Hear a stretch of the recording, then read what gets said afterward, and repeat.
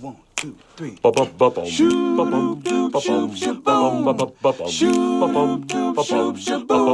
Life could be a dream. Life could be a dream. Oh,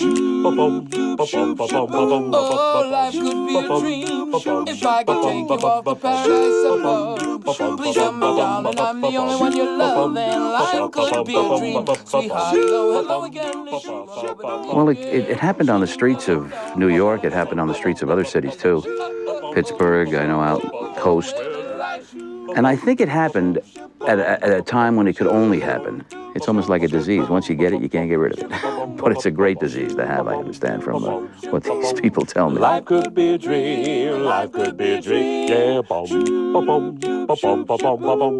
It's 4 or 5 people who are singing 4 or 5 different harmonic parts that put together make such a beautiful harmonic sound. Boom, boom, bitty, bitty, boom, bop. Whoa, whoa, whoa, whoa, whoa. Dancing on a cloud. I know why, 'cause I'm feeling so proud. Like to yell, yell, scream real loud. Because you're mine, oh mine. It seems to me that the beauty is in the harmonics, is in the harmonizing itself. And as such, the lyrics got silly.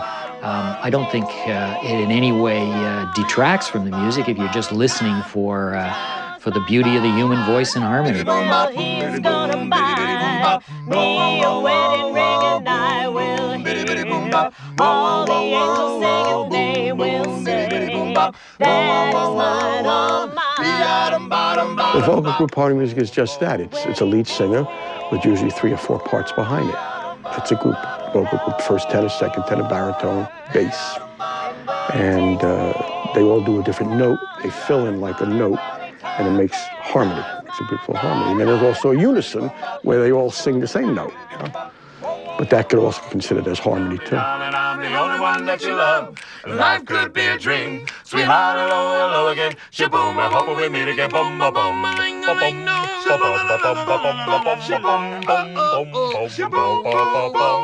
Life could be a dream. Life could be a dream, sweetheart.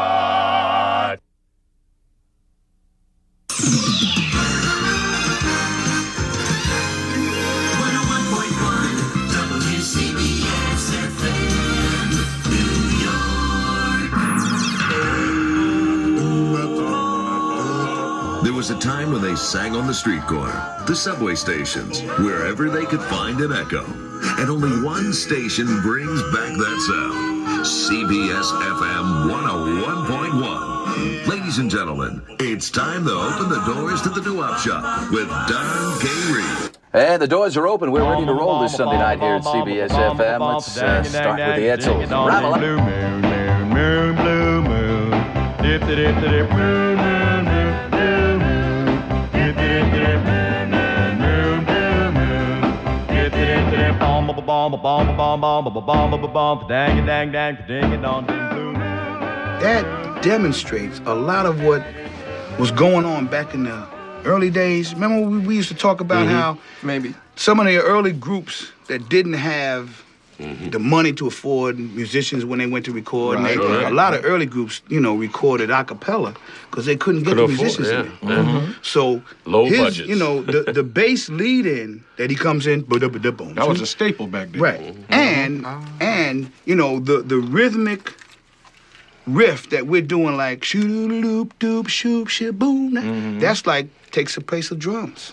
Because we don't have no drums, we give our little, our vocals a rhythmic little thing. And a lot of part groups, of the harmony adds to the lead in the rhythm. Exactly. Exactly. And that goes along with those little nonsense bass riffs. Ooh. Oh, Right. yeah. Remember those? Like Yeah. shoo-wop, doobie-doo. No, that's it. And doom bop doom, like those little teenagers, all of that. Yeah. Or what about what was that? Get a Job. Silhouettes. Silhouettes. We know that one. Let's try that. Bass lead-ins. Oh, yep, right there.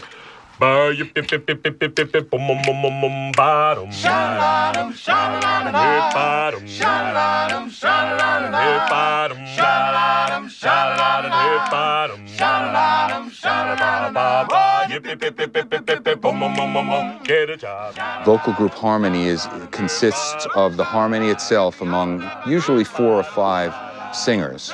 There's usually a lead singer, there's usually a bass singer, and then there's commonly a high tenor that floats over the lead, usually in falsetto, and then 2 others, a second tenor and a baritone that blend to give a background harmony.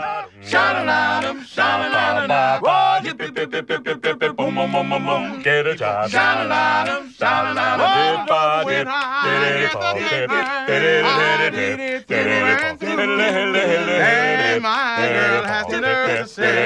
If there is any work for me, I said, I come back to the house, hand my woman's mouth, preaching and a crying, tell me out of line about a job. It consists of usually nonsense syllables, tra-la-la, dip, dip, dip, and then it's got simple music and lyrics, and very little instrumentation. Whoa, whoa, dancing on a cloud. I know why, 'cause I am feeling so proud. Like to yell, yell, scream real loud. Because you're mine, all mine. Now when he takes me in his car, oh, how we take the curve. And when he takes me in his arms, and when we kiss, there goes my nerve. Well, he's gonna buy me a wedding ring, and I will hear all the angels singing. They will say that is mine, all mine. And the bass singer in the background is using nonsense syllables, usually in a Blue Moon type of way, bon, ba, ba, bon, like Fred Johnson did quite well. And usually the music is very simple. The lyrics are simple, moon, June, spoon kind of lyrics, and very little instrumentation. The only time the instruments play any kind of a significant role is during the break of the song, the middle of the song, and usually that's a tenor sax that fills in that instrumental part.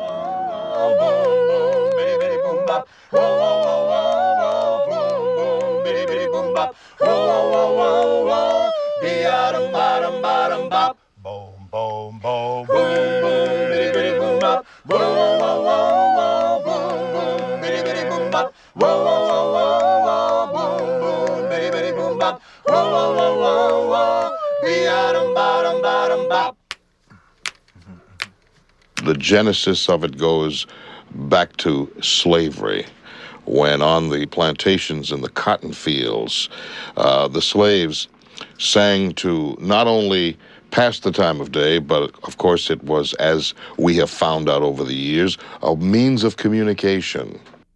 I had a dream the other night, the funniest dream of all. I dreamed I saw a great big man behind the garden door. Little eyes, I love you, little eyes, I love you, I love you in the springtime and the fall. Honey, honey, honey, little eyes, I love you, honey, little eyes, I love you, I love you the best of all. Honey, honey, honey, honey, little eyes, I love you, honey, little eyes, I love you, I love you in the springtime and the fall. Honey, honey, honey, little eyes, I love you, honey, little eyes, I love you, I love you the best of all. Honey, honey, honey, honey. And the great songs that evolved from the plantations, from the cotton fields, and later on in the churches is the beginning of vocal group harmony, down through the Jubilee singing, and then into the 20th century, and for me, the greatest vocal group that ever lived, the Mills Brothers. My darling, please wait for me till then. No matter when it will be, one day I know we'll be back again. Please wait till then. Our dreams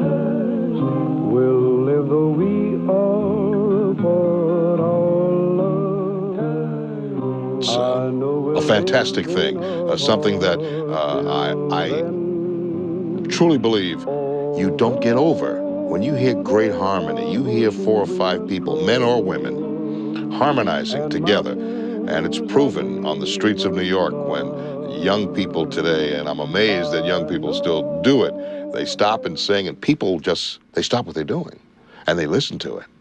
And if it's really exceptional, what a joy.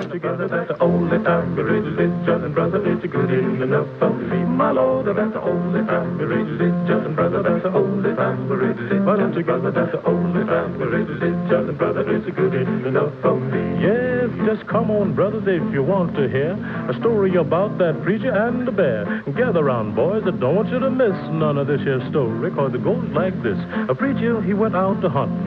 It was on one Sunday morning. Though he was one Christian young man, but he took his gun along. Well, the first thing he shot was a bunch of fine quails, and he shot him a nice fat hare. Then through the woods on his way back home, he met a great big grizzly bear. Then the Reverend fell down upon his knees. He sent up a great long prayer, whilst he cast one eye to the heaven on high, but kept the other eye on the bear. He said, the Lord delivered Daniel from the lion den, Jonah from the belly of the whale. The 3 Hebrew boys from the fiery furnace said, a good book do declare. Now look here, Lord, if you don't help me, don't you go to helping that bear. He needed that only. It was from the church that a lot of people, most of whom were African American, and later for some reason Italian American, but the black experience and sound came from gospel music and from singing in church. See, brother, the preacher made a touchdown.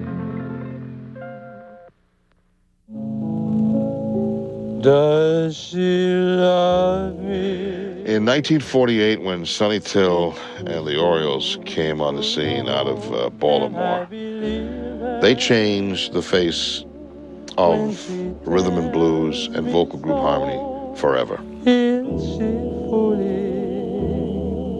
Is it all a game? Am I If anybody can be called the first rock and roll sex symbol, if you will, it was Sonny Till.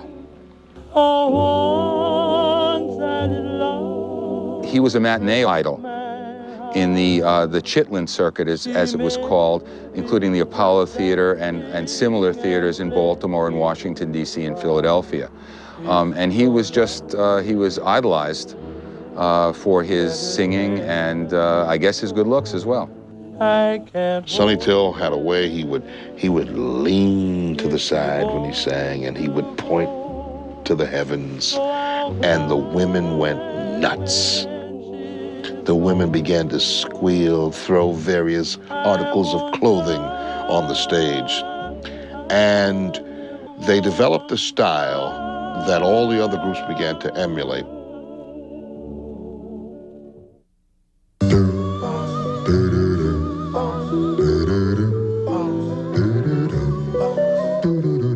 One song comes to mind, and again, in my teachings, I always point to as the song that ushered in what we now call the Doowop era, and it was by the Ravens. It was in 1950, called Count Every Star. Count every star in the midnight sky. Count every rose. There are elements in that song that lasted for another 20 years. It was the first song that had a pronounced bass line that later on all bass singers, did do-do-do-do, do-do-do-do, do-do-do-do-do-do-do. It had never appeared before until Jimmy Riggs did that on the opening of Count Every Star. That was the beginning of it. That was, if you can point to one song and say, that is the first doo-wop vocal harmony song, it's Count Every Star, 1950 by the Ravens.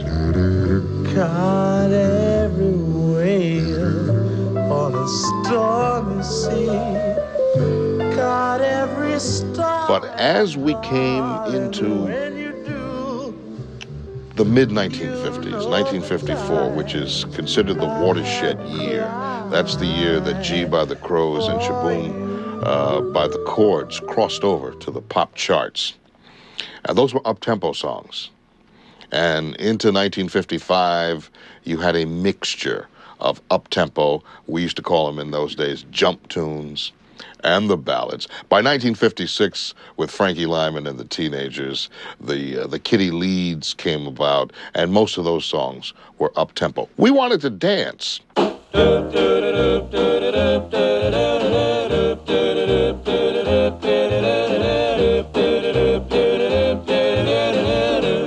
Love that girl. Oh, oh, oh, gee, my oh, gee. Well, oh, oh, gee. Oh, I love that girl. Love that girl. Oh, oh, oh, oh, please listen to me. Hey, hey, hey, my plea. Oh, I love that girl. Love that girl. And all my friends in junior high school and high school, that's all we wanted to do. We wanted to emulate the sounds we were hearing. And then in the neighborhood, we started to have stars. In my neighborhood, all of a sudden, I've got the Heart Tones. I wanna Sunday kind of love. So many people in the neighborhood. We had neighborhood stars. And with Frankie Lymon and the Teenagers, release of Why Do Fools Fall in Love in 1956, most of us then realized that maybe we could become superstars, that maybe we could become professionals. Interestingly, the early part of doo-wop in the early 50s, the songs and the themes that were involved in those songs were really oriented towards an adult audience, the people who'd come from the wars or who had come into an adulthood just at the end of the wars. But then something very profound takes place. A young group called the Teenagers, focusing on their lead singer Frankie Lymon, break with an enormous hit, Why Do Fools Fall in Love, which is not oriented towards the adults. It's really oriented towards young teenagers. And from that period on, I believe that doo-wop really begins to change. Now we come to a mood that is the product of our present generation. The bubbling enthusiasm of our teenagers was the inspiration for what is now the most popular style of music in the country, rock and roll. A few short weeks ago, 5 teenage boys went into a recording studio and they said they had a song they wanted to sing. Well, it took a little time, 3 weeks to be exact, but they were heard and their song was recorded. It is now the #1 record in America. And the song is, Why Do Fools Fall in Love? And the boys, appropriately enough, call themselves the Teenagers. So here you are. So, you guys are the Teenagers. That's right, Mr. Lane. Come on, boys. Let's sing our song now. That come out of you? Yes, sir. Can we sing now? What's your hurry? I have to make my money before my voice changes. Good news for you, Dad. It ain't gonna go much lower. You're in a barrel now. Frankie, you amaze me. Tell me something. You're only 13 years old, and yet you wrote this big hit. How did it ever happen? Well, Mr. Lane, one day I was dressing, and inspiration came to me, so I wrote the song. Oh. Well, what was the inspiration? I needed a new suit. Well, that's a pretty good reason. But I can't understand how you could write Why Do Fools Fall in Love? What does a 13-year-old boy know about love? Well, Mr. Lane, I've been falling in love since I was only 5.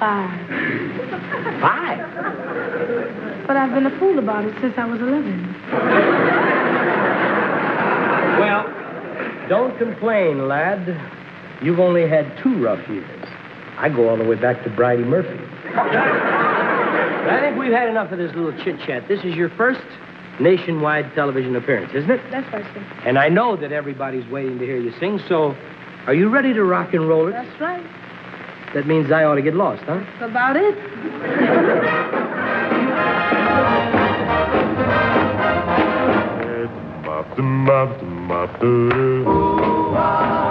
Why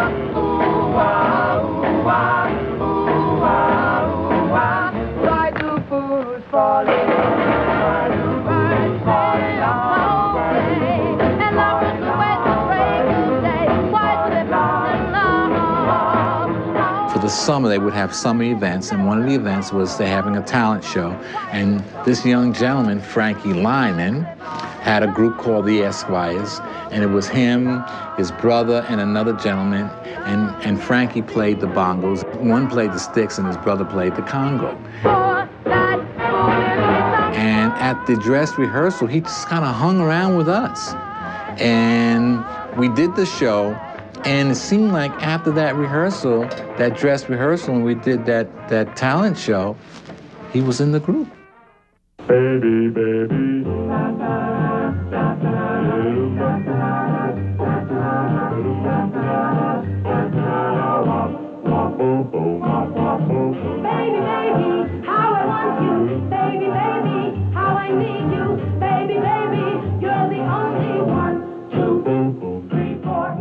We all grew up in New York City in the early 50s. We all hung out together. We went to school together, and we sang together. At that time, singing on the street corners was the thing to do. It was a way to get noticed.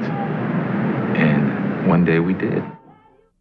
So right now on WKMH, as we're bobbing with Robin, little Frankie Lymon and the Teenagers, and our flyer for the day, Why Do Fools Fall in Love? We were all listening to the radio during the afternoon, and it was one station, AM at the time, because FM wasn't that popular or even really existed, because mostly ham radios were just FM. And once we heard the song on, I think it was the William B. Williams show, we got excited. We were all jumping around. Says, damn, that's Frankie on the radio. That's Frankie, that's Frankie. And we waited till the song was over, and then the William B. Williams came on and said, yes, that's Frankie Lymon and the Teenagers, an up-and-coming new hit called Why Do Fools Fall in Love, in the top 10. And it had only been out about less than 30 days, and the song really took off.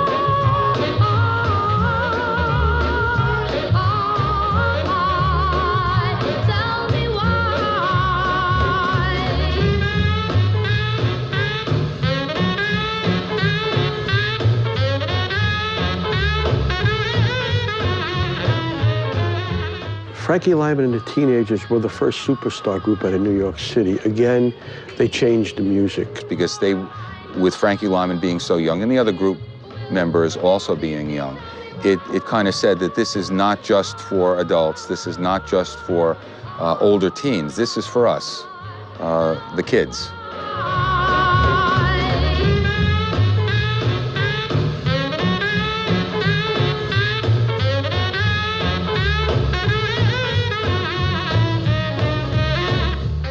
Louis Lymon followed in his brother's footsteps, and although Frankie was the king, Louis came pretty close. Their sound was almost identical to that of his brother's group, and he just had a wonderful feel for it. I guess they kept it in the family.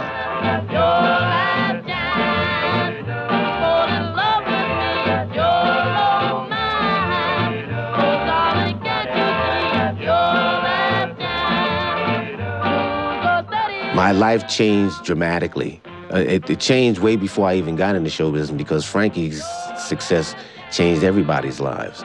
So it was like, you walk down the street and there goes Frankie Lymon. Oh, no, that's not Frankie Lymon. That's his brother. Oh, no, that's Frankie Lymon. No, that's his brother. So our lives changed very dramatically, very, very dramatically. I mean, socially speaking, it was like a parade of girls every afternoon and evening, just walking by the house. And where we lived was what they call a High Bridge Park.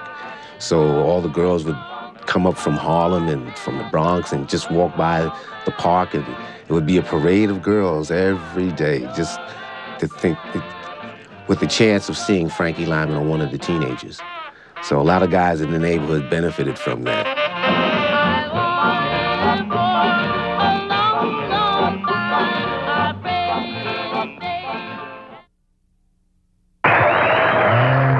Juvenile delinquent.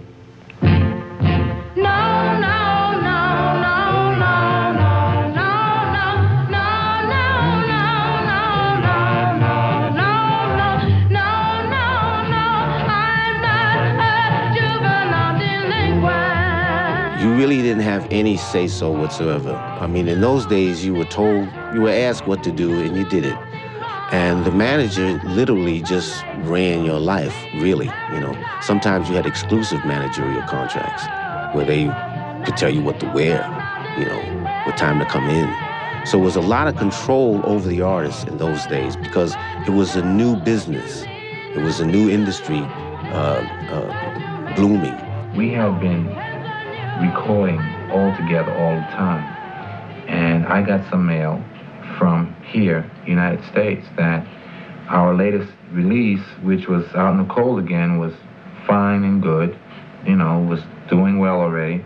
But the flip side on that was just Frankie singing by himself, a tune called A Miracle in the Rain. So we made a big fuss about that. But Frankie liked the idea, and when we got back to America, he said he was going to lead the group. Frankie went on his own and began to do things for Roulette, like The Only Way to Love, good records that never happened. It just couldn't happen. I don't know why they couldn't get Frankie off the ground. But the group went on and got a new lead singer, Billy Lambro, I think his name was, and they recorded a record, Flip Flop, I'm quite sure they told you, and they appeared at the New York Paramount, and the record Flip Flop was appropriate because it really flopped. And the pictures were great and everything, and they looked great, but it just didn't happen. It didn't happen. It was killing them. It was 56 to 57, and that was it. It was over. It hurts, you know?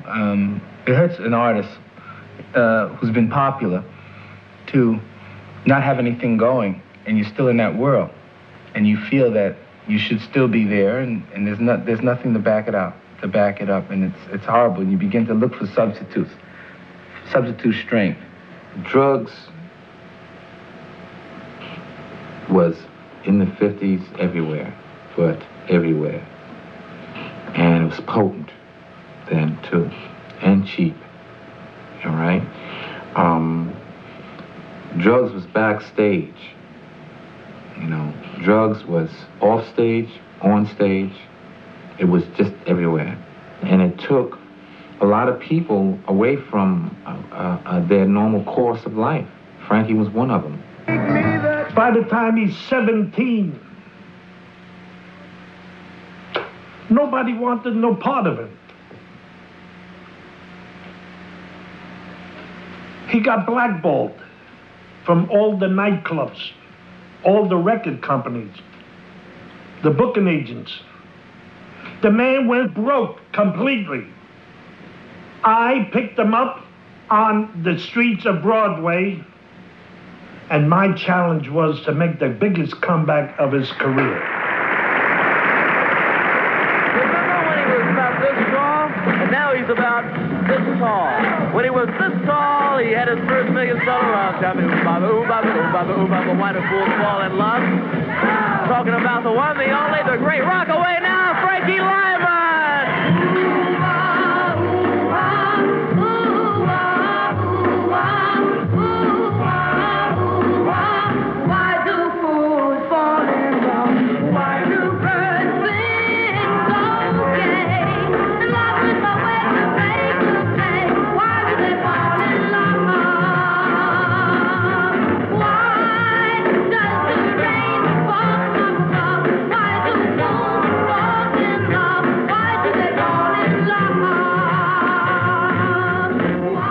Hurt to see Frankie. He was at his lowest point.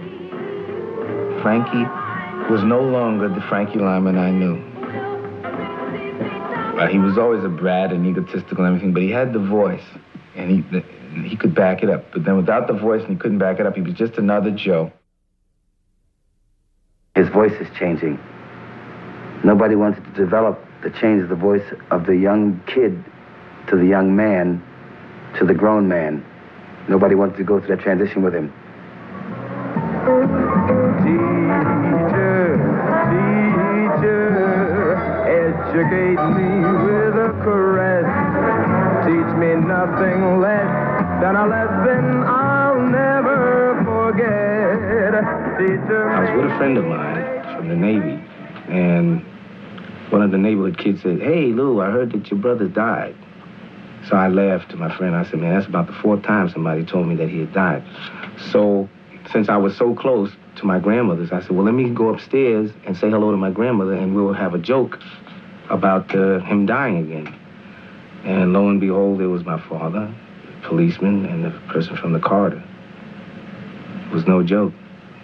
I didn't laugh that day.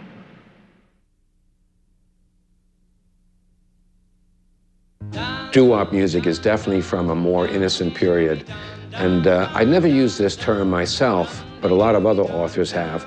It's called they refer to it as the romantic music of unrequited love.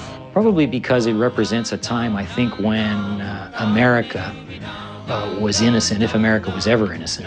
But certainly a time when the industry, the music industry as it appealed to pop and to kids was in its infancy. And as such, I think it reflected a more innocent age of youth. And for me, that always has an appeal. So come go with me.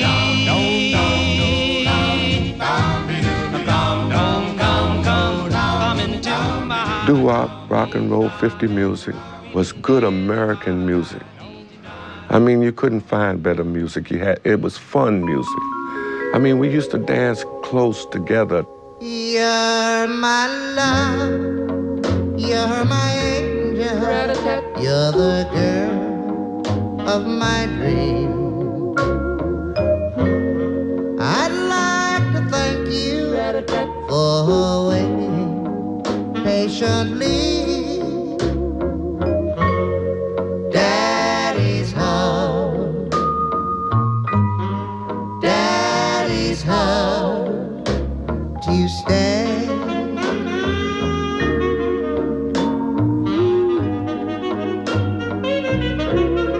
How I've waited for this moment to be by your side.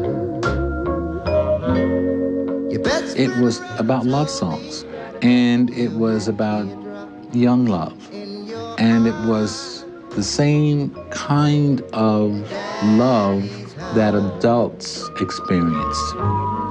Daddy's home to stay. Was it a time of innocence and a romantic time of period? I would say definitely yes. A Sunday, Monday, and Tuesday went by. It wasn't on a Tuesday afternoon. We wrote these tunes for the young ladies, that were in our labs, and all the young girls did it for the young men. It's just like Good Night, Sweetheart. Good night, sweetheart. Well, it's time to go. When I wrote Good Night, Sweetheart, I didn't write it to be a recording. I wrote it for a young lady named Bonnie Jean. And I used to go to her house and I'd stay all day. And I was so much in love with this young lady, and I'd stay all night. And it got to the point her mama got tired of it. And mama said, look here, Pookie, your mama might not care about you being out at 12 o'clock, but she didn't mean for you to be here at 12 o'clock. So when I'm going home, I put this song together called Good Night, Sweetheart. Took it to the group, and we put it together and sang. And basically, I think it was most of the groups that did was for the love that we had in our hearts. Good night, sweetheart. Well, it's time to go.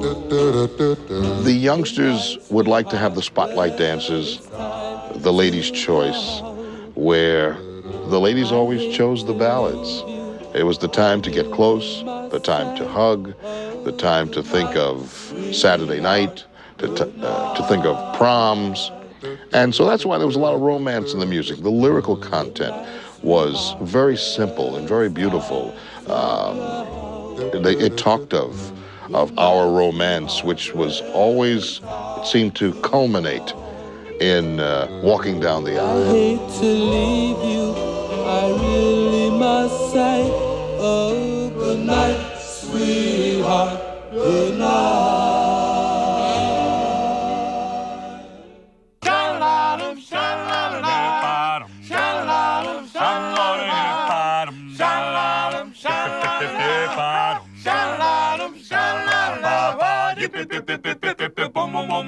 Get a job. Sha-la-la-dum, sha-la-la-dum. Well, when I read the paper, I read it through and through. And my girl has the nerve to say, if there is any work for me.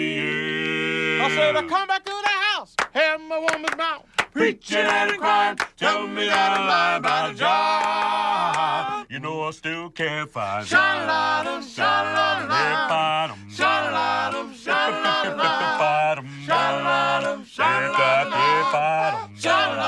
sha-la-la-dum, get a job. Sha-la-la-dum, sha-la-la-dum. There is a romantic notion that a lot of these guys started on the street corner and were singing under street lamps, and a lot of that's true, especially in the urban areas where there wasn't a lot of indoors to sing in.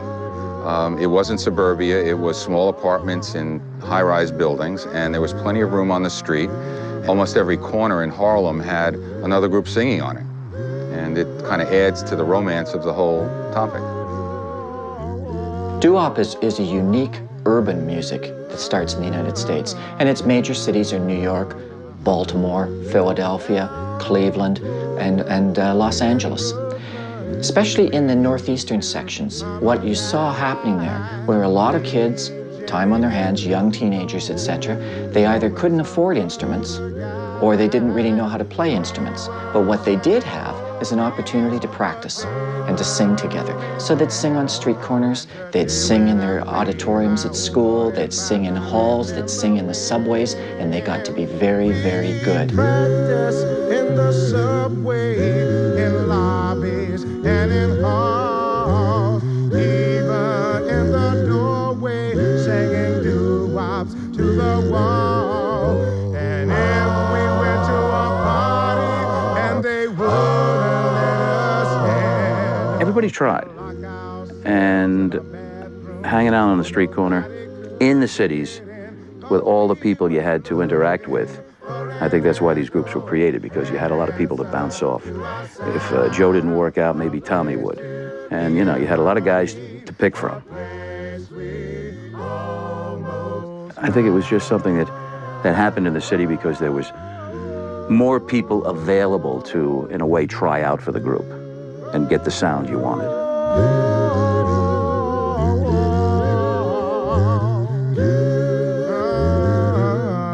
The four of us, we occasioned in hallways a lot. It was echoes in the hallways. The sounds bounced off the hallway walls, and we loved that echo sound. And everybody did it. If you go into any junior high or elementary school, you could find some, a group trying to do a little singing or something. And some made it, and some fell by the wayside. But it was very popular in the 50s for a young man to try to sing a little bit.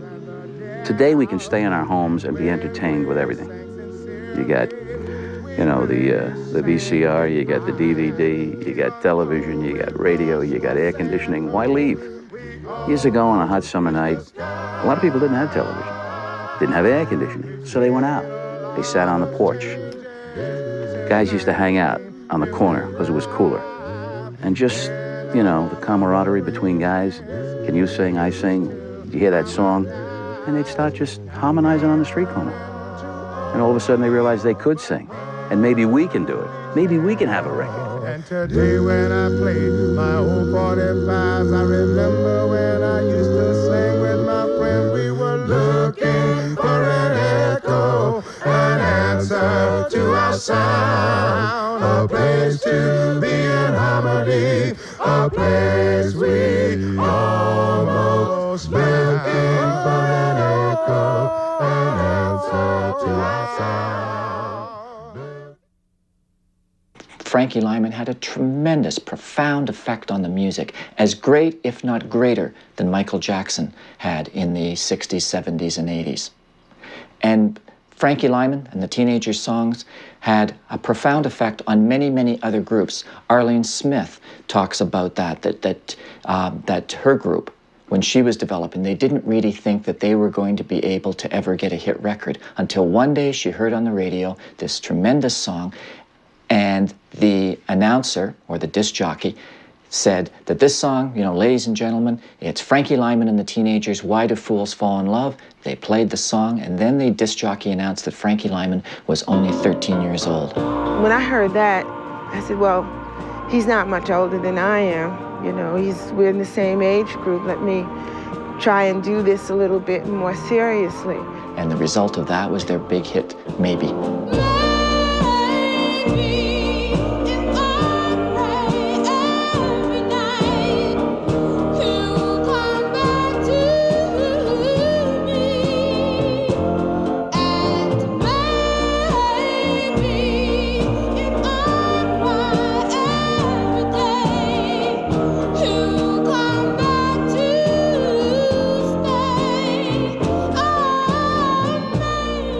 I was 11 years old when it started.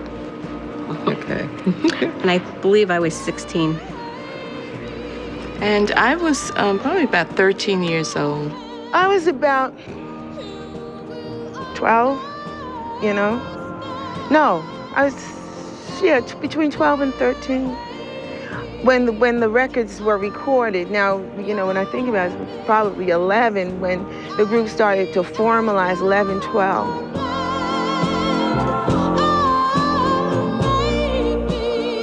They would sing, I think they were on the basketball team, and they would sing in the locker room. They would sing at confraternities. They would sing at churches or community centers. Not on the street corner like the guys would do, because if you were a nice girl in the 50s, you didn't do that. You didn't hang out on a corner.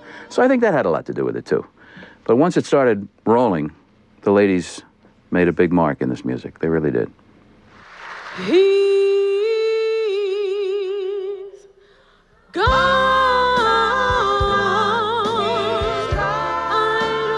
I wrote He's Gone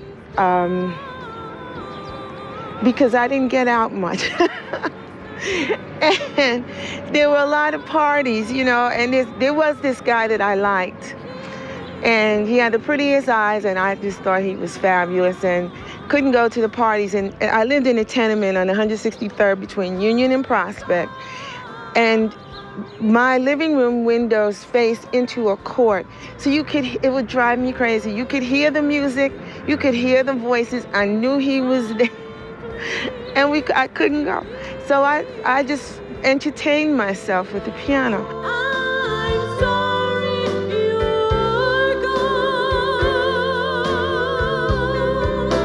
I was isolated because I went to a parochial school. I was isolated because I was the lead singer. I was isolated because that was my personality. I was always looking up in the clouds, dreaming about something, which is a singular pursuit. I like to paint and write poetry and all that stuff that doesn't require a whole lot of people being around you. So I found myself isolated, and the only time I really felt cool was when I was bathed in that spotlight. I felt comfortable and I felt really loved.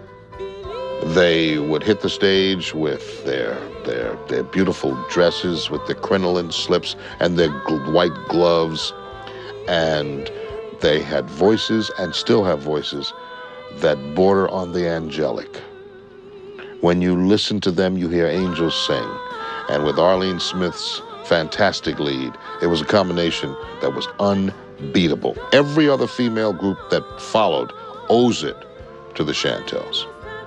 I mean, they weren't just 5 people living in the same neighborhood, so they got together to sing, even though some of them couldn't sing. They were 5 great voices that went to school and came out of a choir. Arlene Smith was fantastic. Of course, today Arlene got older and the group broke away, and now they have Amy Ortiz. But Amy Ortiz is what Arlene Smith used to be. Great.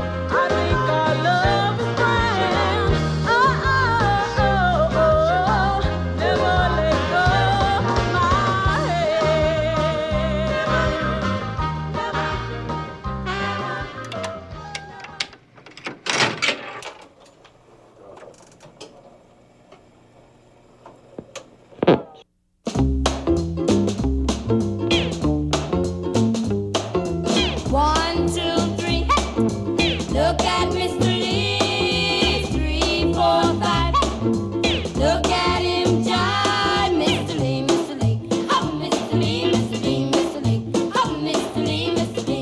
started in the Washington Projects. The Washington Projects had was just being built in 1956. Right. And we all moved from different neighborhoods and different boroughs into the Washington Projects. One of the girls moved on the 14th floor. And then her sister, who was also in the group, they moved to the 8th floor. Yeah. And I lived on the third floor. So when it came time for rehearsal and stuff, all we had to do was run from floor to floor. Don't forget the other thing we used to do. We used to, being that we all lived in the same building, our mothers didn't allow us to stay on the phone a lot. So we used to like hit the pipe, you know, like that pipe is over there. And one would look out the window, the ones that lived on the top would look down, and the ones that lived down below would look up. And we'd say, hey, 10 minutes in front of the building, you know? Mm-hmm. And it took us a long time to get out of the neighborhood because right across the street was our elementary school, and 2 blocks up was our junior high school. Right. So we really never got to take a bus until after we became a group.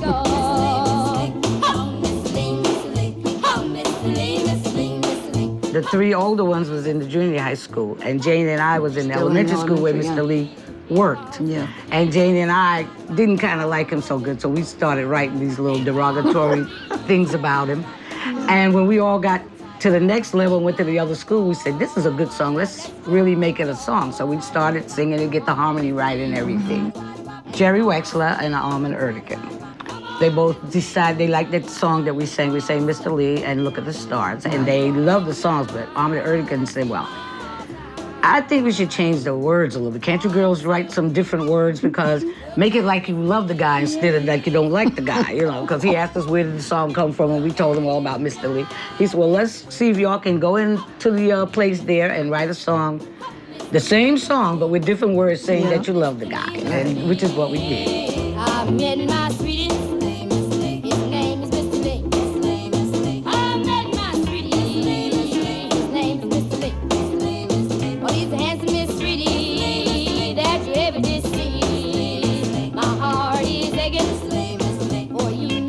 Bobettes were another neighborhood group of 5 young girls who had a certain vitality.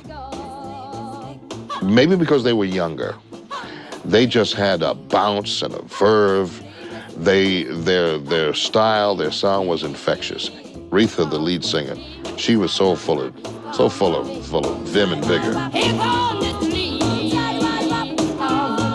After Mr. Lee came out, every time we looked around, there was a song out of it about Mr. Lee. They had a song called Walking with Mr. Lee, a song called Talking with Mr. Lee, a song called Dancing with Mr. Lee. Then they had a musical that was called something about Mr. Lee. Right. So we said, why is everybody making songs about our song? Let's make our own answer to our song. Mm-hmm. And we decided, let's kill him.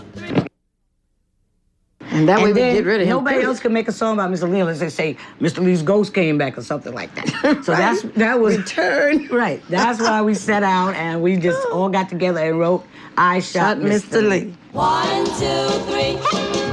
I shot Mr. Lee. 3, 4, 5.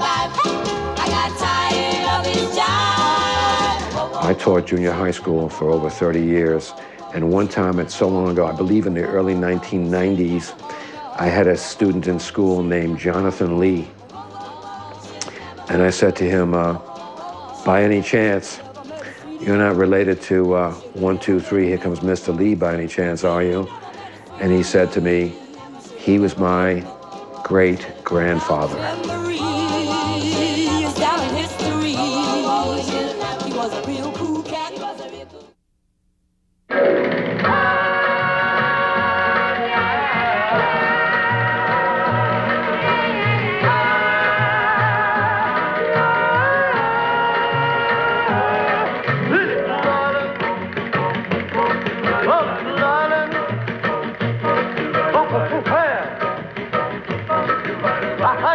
Well, by the end of 1957, the Diamonds had 8 hits deep. We were actually still 4 blue-eyed, semi-virgin white guys from Toronto in brown 3-button suits, and we were about to get a terrific education. We were invited to join rock and roll's first major touring show, and for 60 days of one-nighters, we barnstormed North America with a dozen Pioneer Jukebox giants. We traveled in a Greyhound with Fats Domino, Chuck Berry, the Drifters,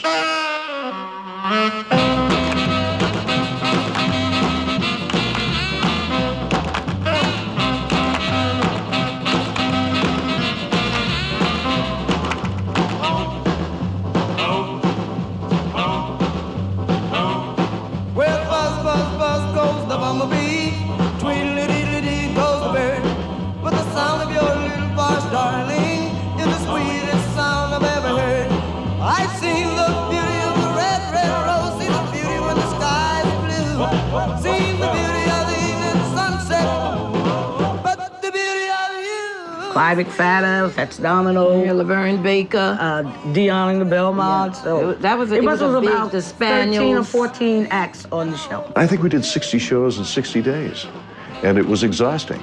We were on the road with a lot of different groups, Screamin' Jay Hawkins and I think the Crests and Laverne Baker and God knows how many other people were on the show.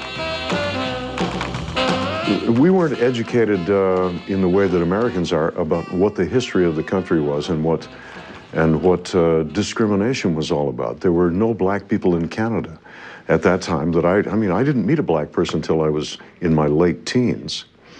And so it was interesting to be on the bus with black folk and see how they were treated. We were just observers. All the black people sat at the front of the bus, by the way. We of Caucasian persuasion took up the back half. The reason was explained to me by Phil Everly. He said, when we get into the South, we're going to have to stay at separate hotels. The bus would park in front of the Sheraton Hotel, and we were all ready to jump up and go into the Sheraton Hotel together. We had no idea that, the white and black situation during those times. But we noticed that some of the white artists, they got off the bus and they went into the Sheraton. So we're saying to our manager, 12, 13, and what were we, 14 and 16? Well, why aren't we going in? We learned all about the Deep South and the stuff that was going on down there because we were born in Harlem, Brooklyn, No, what it is, we were born in the South, but we were raised in the city. Now, Chantels are from the North, and we had no idea what we were going to run into during that time. I mean, the situation, we had never seen a sign that said colored on one side and white on one side. So we didn't know, we had no idea. Like the white audience had to be on one side of the room, the black on the other side, or the black was in the balcony, the white was downstairs. And we had big crowds, but it was always divided. And I don't know if you know this about rock and roll, but from a musical technical standpoint, the accent is on 2 and 4. 1, 2, 3, 4, and that's puts the rock in the roll. But with the audience sitting on two sides and with that train headlight coming at you, sometimes you couldn't see, but I always knew where the white kids were sitting because they were the ones clapping on 1 and 3.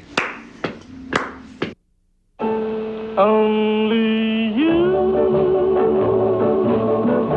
can make this world seem right. Only you can make the darkness bright. Only you and you alone can thrill me like you do.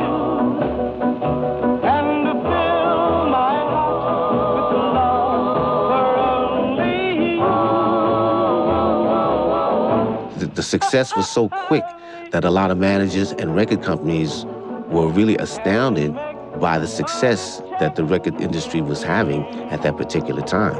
They didn't realize what, the gold mine that they had at the time. And I would safely say 99% of the artists were totally ignorant of the business itself. The music business in the era that I came along in the 1950s was populated by children.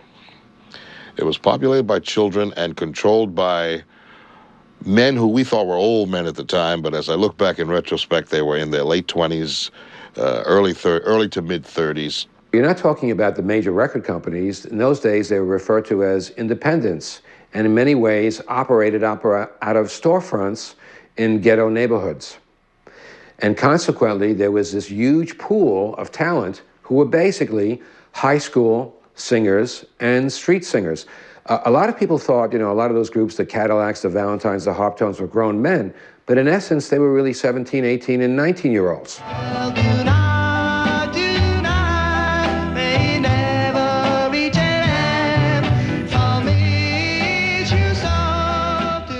The people who ran record companies in those days, they may not have been musicians, but they had an innate quality of finding talent and in their own way, with their limited musical ability, nurturing that talent.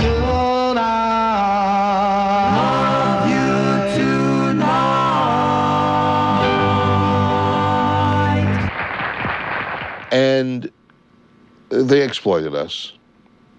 We had no business acumen. Our parents had no business acumen.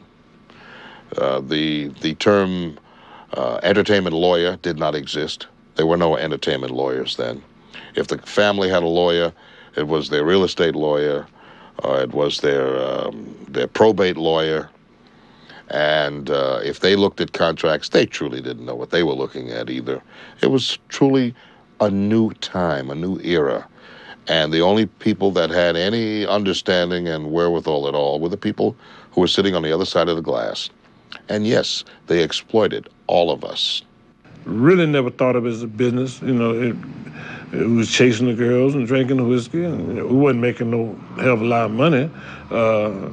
We was just enjoying, so we didn't know that much money was involved in doing this. We didn't know the business about publishing or copywriting our tunes. That was another thing altogether. So we were just happy to be able to get on stage and do our things under the lights and hear the girls screaming and get a few dollars. That was good enough for us. You know, that was heaven just about. Most of the fellas were not getting paid. You know, they were having the hits, but the money wasn't forthcoming. The record company was keeping the money. Plus, every time you approached them, they would tell you, you owed them money for the session. You owed them money because they bought you a car. You owed them money because so. So consequently, we never got any money from the companies. And they never realized that 20 years later, the singers never did, that those records would appreciate in value, and they had no recourse. We lost a lot of money, but hey, that's basically our mistake, because we can blame it on somebody else because they didn't school us, but we didn't do it ourselves either. So, you know, you don't handle your own thing, it can be disastrous, which it was for us, financially wise. But it was an experience for me. It was like going to school. I'm not bitter with anybody. And it was the day of the riff-off. I mean, every act in the business, I imagine, that didn't really know his art was getting ripped off.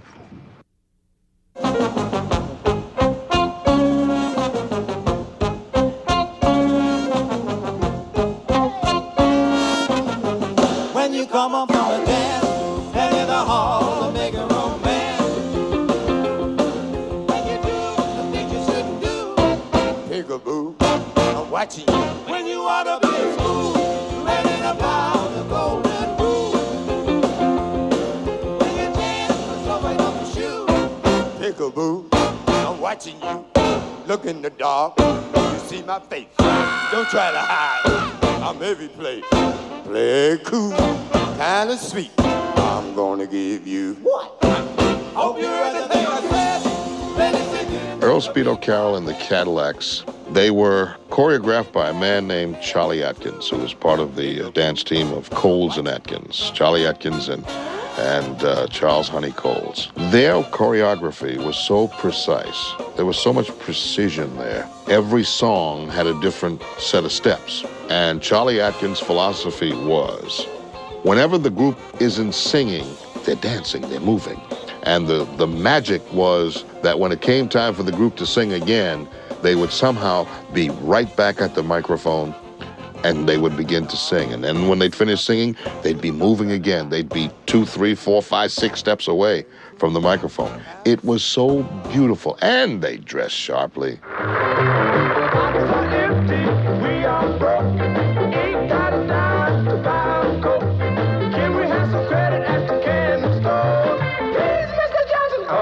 No more. I'm from New York, born and raised in Harlem, and most of the guys in the group is from Manhattan. We all went to school together, and very young, in the early 50s, it was a thing to be a part of a singing group, rhythm and blues they was calling it at that time. And then they went to rock and roll, to street corner music, Doo-Wop. It had several names, but every kid in New York, really, that was their thing.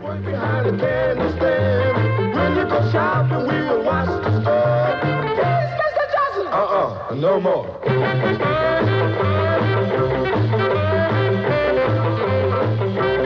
I know on 142nd Street, you had a group like the Solitaires, and the Crows, the guys that made G.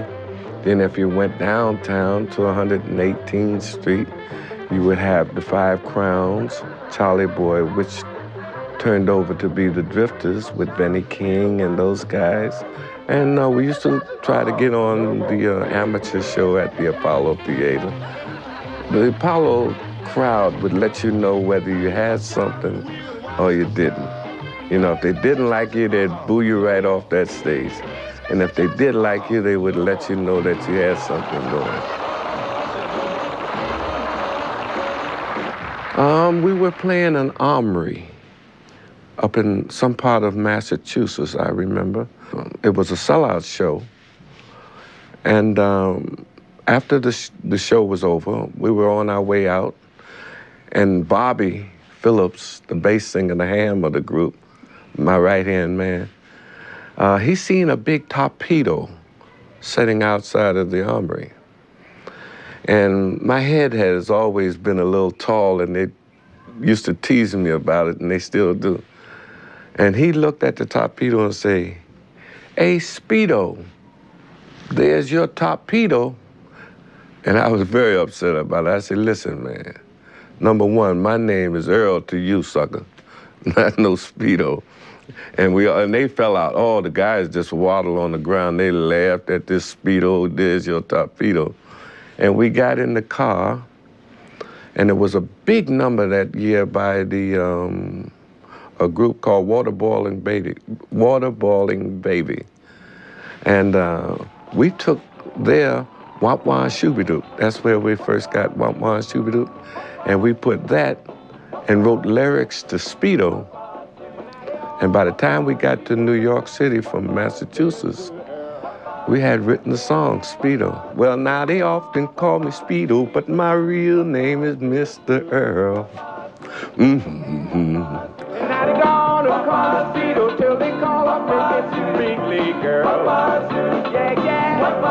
But now they all call Speedo, cause I don't go on wasting time. No, my name is Speedo. I don't waste no time. No. And if I need a real fine box, sure gonna make her mine. Yeah. But now some call me Mo, some call me Joe. Just remember Speedo, he don't ever take it slow. Speedo, real name is Mr. Earl. Yeah. We were looking for an echo, an answer to our sound, a place to sing in harmony, a place we almost found. The vocal harmony era began to change when all music began to change, and that was with the British invasion. It began to be watered down with the so-called teen idols, and that was all political. You know, they wanted to, you had too many black groups, and we wanted to get a more homogenized sound and a homogenized look, so hence we had Fabian pull Dion out of the Belmonts, and Frankie Avalon, Bobby Darin. And so it did change. And then it had a resurgence in 1961. But it was short-lived, because by 1964, the Beatles hit the shores, and it was over. It was the change in the time. It was unfortunate for many of us who found nowhere to go, didn't have an audience anymore, didn't have record companies who were receptive to what we did best. It just changed. I don't think it's nostalgia at all. For me, doo-wop music begins and ends with the music. They're wonderful songs created by some wonderful artists that will last as long as popular music lasts. It always comes back in commercials, or you see it in programs on public television, or someone is always reconstituting some group whose members have long since passed away with 5 imposters. It seems to last, it seems to have a longevity all its own.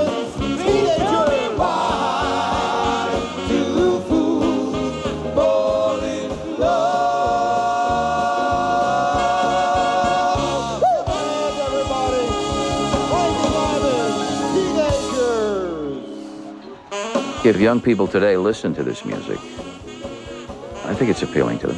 The music I play on a Sunday night is about love. I mean, we've all been in love at least once, I hope. And it's something very personal. I mean, you hear it in the music of the Beatles, you hear it in Boys to Men, and in Backstreet Boys, you hear that harmony.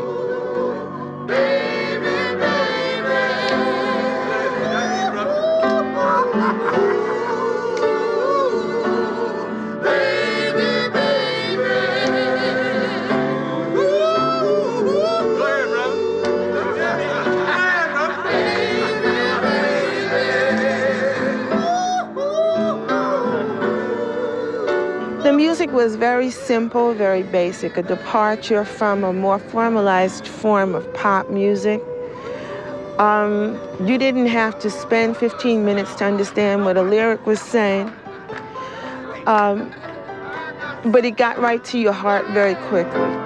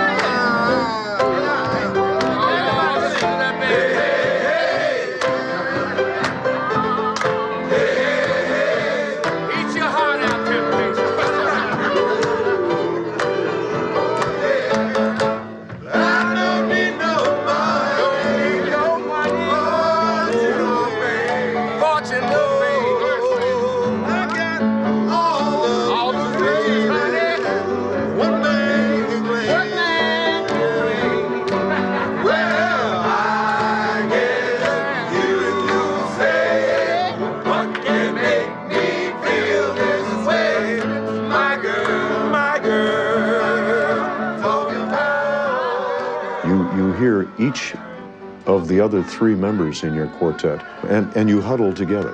You huddle together, and you get that sound that, if you're singing quietly, it sounds as if you're coming from inside a bottle. There's something deeply satisfying to the heart and soul and the ear.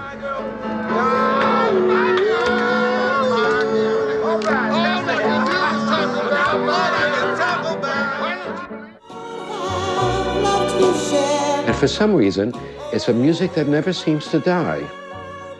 And that was it. And I've never gotten over it. Our stuff is always going to live along because there's always going to be somebody who just wants to hum something, a phrase or a refrain that makes him feel good.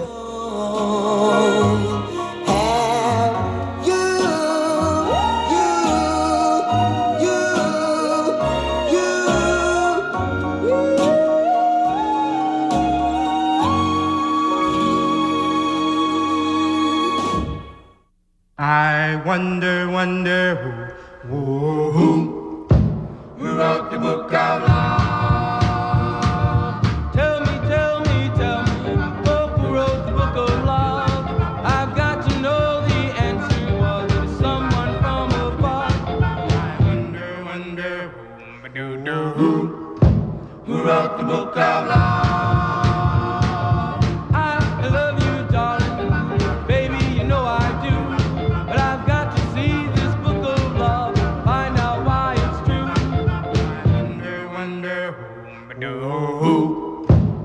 The book of love. Chapter 1 says the lover, you love her with all your heart. Chapter 2, you tell her, you never ever gonna part. In chapter 3, remember the meaning of romance. In chapter 4, you break up, but you give her just one more chance. Oh, I wonder who wrote the book of love?